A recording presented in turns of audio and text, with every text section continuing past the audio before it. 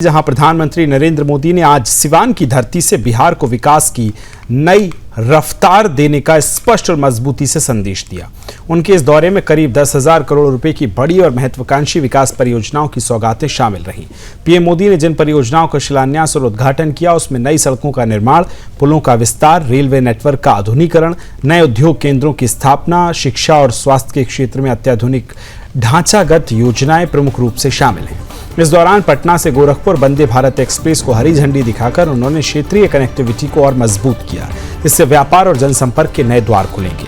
सिवान समेत पूरे सारण प्रमंडल को मिलने वाली ये सौगातें न केवल आर्थिक गति को तीव्र करेंगी बल्कि ग्रामीण और शहरी इलाकों के बीच संस्थानों की खाई को भी पाटेंगी। इन विकास परियोजनाओं के माध्यम से युवाओं को बेहतर रोजगार के अवसर मिलेंगे, किसानों के उनको उत्पादों के परिवहन में सुविधा होगी और छात्रों को आधुनिक शिक्षा और स्वास्थ्य सुविधाएं उपलब्ध कराई जाएंगी। प्रधानमंत्री मोदी ने जिस व्यापक और दूरदर्शी विजन के साथ इस योजना को जमीन पर उतारा है, वो बिहार के समग्र विकास और भविष्य को नई दिशा देने वाला निर्णायक कदम साबित होगा।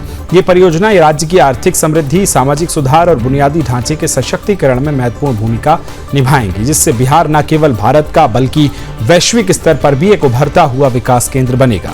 इस पर हमारी खास रिपोर्ट आपको दिखाते हैं।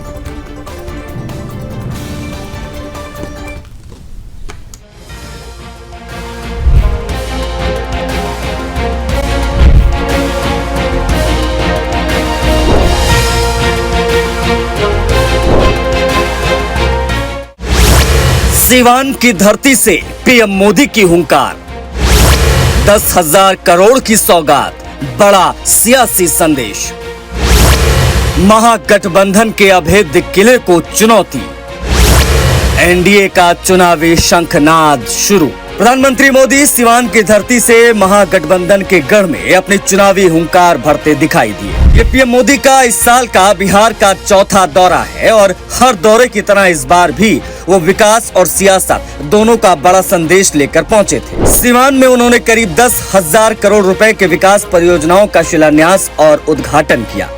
इन परियोजनाओं में सड़कों का निर्माण, पुल, नए संस्थान और औद्योगिक योजनाएं शामिल हैं। साथ ही पीएम मोदी ने पटना से गोरखपुर वंदे भारत एक्सप्रेस को हरी झंडी दिखाकर एक और कनेक्टिविटी प्रोजेक्ट को धरातल पर उतार दिया। ये दौरा महज विकास कार्यों की सौगात ही नहीं बल्कि एनडीए की चुनावी रणनीति का भी अहम हिस्सा है, जो सिवान जैसे महागठबंधन के मजबूत किले में सेंध लगाने की कोशिश है। पीएम मोदी का सिवान दौरा, 10,000 करोड़ की विकास परियोजनाओं की सौगात, पटना गोरखपुर वंदे भारत को हरी झंडी, महागठबंधन के गढ़ में एनडीए की बड़ी रणनीति। सिवान और आसपास की 24 विधानसभा सीटें एनडीए के लिए किसी बड़े रण क्षेत्र से कम नहीं है। इस इलाके में मुस्लिम और यादव वोटरों की अच्छी खासी तादाद है। मुस्लिम आबादी 25% से ज्यादा है और यादव वोटर भी निर्णायक भूमिका में रहते हैं। यही वजह है कि दशकों से ये महागठबंधन और खासकर आरजेडी का यहाँ दबदबा कायम रहा है। एमओआई समीकरण यानी मुस्लिम यादव गठबंधन ने यहाँ महागठबंधन को हमेशा ताकत दी है, लेकिन अब प्रधानमंत्री मोदी की सिवान रैली एनडीए की नई रणनीति का हिस्सा बन चुकी है। इस रैली के माध्यम से एनडीए इस वोट बैंक को साधने, सवर्णों और अति पिछड़ों को एकजुट करने, महागठबंधन के किले में सेंध लगाने की तैयारी में दिखाई दी। ये रैली न सिर्फ सिवान बल्कि सारण और गोपालगंज की सीटों पर भी एनडीए की पकड़ को और मजबूत करेगी। सिवान और आसपास की 24 सीटें एनडीए के लिए चुनौती, मुस्लिम यादव फैक्टर से महागठबंधन मजबूत, एनडीए का सवर्ण अति पिछड़ा वोट बैंक है टारगेट, पीएम मोदी की रैली से किला भेदने की रणनीति। सिवान की ये धरती हमारे स्वतंत्रता संग्राम की प्रेरक स्थली है। ये हमारे लोकतंत्र को, देश को, संविधान को ताकत देने वाली भूमि है। सिवान ने राजेंद्र बाबू जैसी महान संतान देश को दी। संविधान निर्माण से लेकर देश को दिशा दिखाने में राजेंद्र बाबू की बहुत बड़ी भूमिका रही। सिवान ने ब्रज किशोर प्रसाद जी जैसे महान समाज सुधारक भी देश को दिए।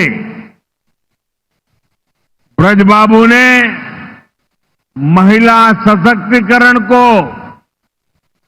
अपने जीवन का मकसद बनाया था। साथियों, मुझे खुशी है ऐसी ही महान आत्माओं के जीवन मिशन को एनडीए की डबल इंजन सरकार दृढ़ निश्चय के साथ आगे बढ़ा रही है। पीएम मोदी का सिवान दौरा सिर्फ 10,000 करोड़ की विकास परियोजना की सौगात तक सीमित नहीं है। इस दौरे के जरिए पीएम मोदी ने महागठबंधन के गढ़ में एनडीए की सियासी ताकत का प्रदर्शन किया है। चुनाव से पहले सिवान की धरती से पीएम मोदी के ये हुंकार एनडीए की रणनीति का हिस्सा है, जिसका मकसद है महागठबंधन के मजबूत वोट बैंक को चुनौती देना। अब आने वाला वक्त ही बताएगा कि पीएम मोदी की इस रैली से एनडीए को कितना सियासी फायदा होता है। कैमरामैन अक्षित के साथ श्रेयोशी, सुदर्शन न्यूज।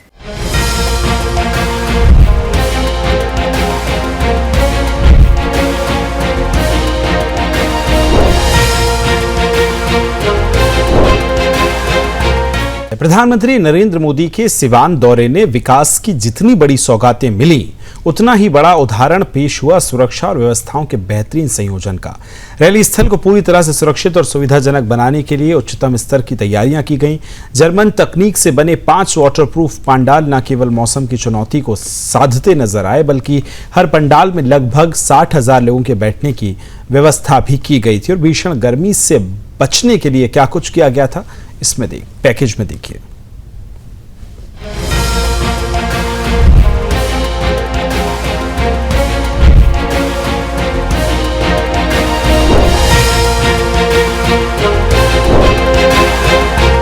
पीएम मोदी की सिवान रैली को लेकर तैयारियों में कोई कोर कसर नहीं छोड़ी गई। रैली स्थल पर जर्मन तकनीक से बनाए गए 5 विशालकाय पंडाल थे।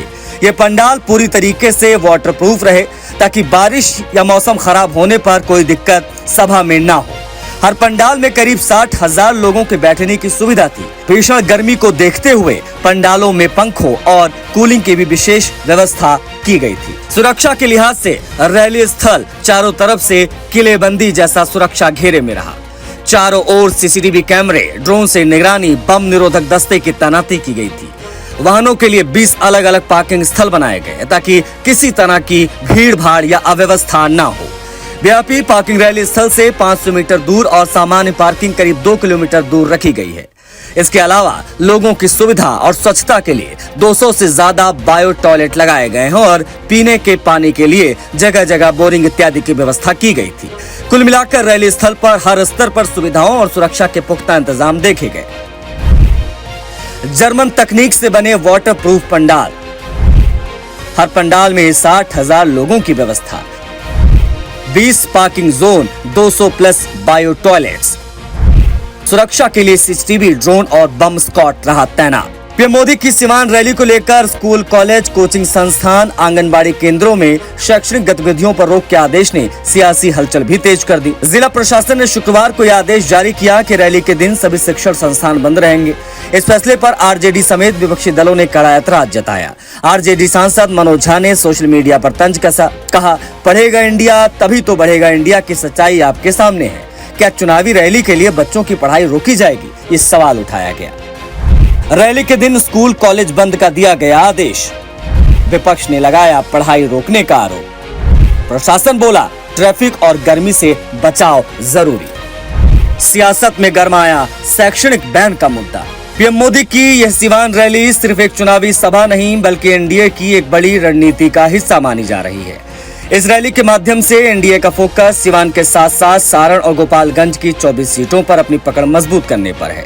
ये वही इलाका है जिसे लंबे समय से महागठबंधन और खासकर आरजेडी का गढ़ माना गया है। यहाँ मुस्लिम और यादव वोटरों की मजबूती उपस्थित महागठबंधन को बढ़त दिलाती दिखी है। लेकिन एनडीए इस समीकरण को बदलने की पूरी कोशिश में जुटा है। पीएम मोदी के रैली के जरिए एनडीए न सिर्फ अपने सवर्ण और अति पिछले वोट बैंक को मजबूत करना चाहता है, बल्कि नए सामाजिक समीकरण बनाकर महागठबंधन के किले में सेंध लगाने की रणनीति पर भी काम कर रहा है। अब आने वाले दिनों में यह देखना दिलचस्प होगा कि यह रैली एनडीए की राह आसान करेगी या महागठबंधन अपने गढ़ को बचाने में सफल होगा। सिवान, सारण, गोपालगंज पर एनडीए की नजर, महागठबंधन के किले को चुनौती। पीएम मोदी की रैली में नई रणनीति का शंखनाद, आने वाला वक्त तय करेगा इस रैली का असर।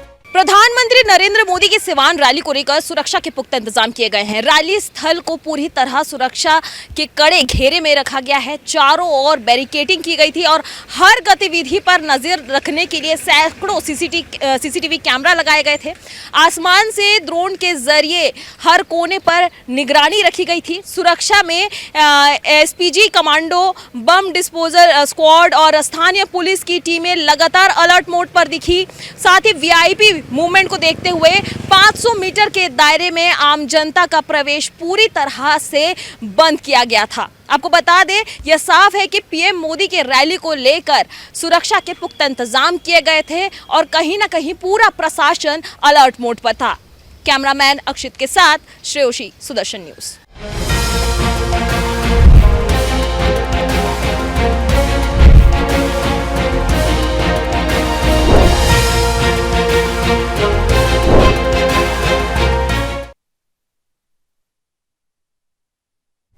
तो रिपोर्ट्स में आपने देखा कि प्रधानमंत्री ने मोर्चा संभाल लिया है, चुनावी शंखनाद किया है बिहार से, और अब देखना होगा कि आगे किस तरह से प्रधानमंत्री बिहार में रैलियां करने वाले हैं।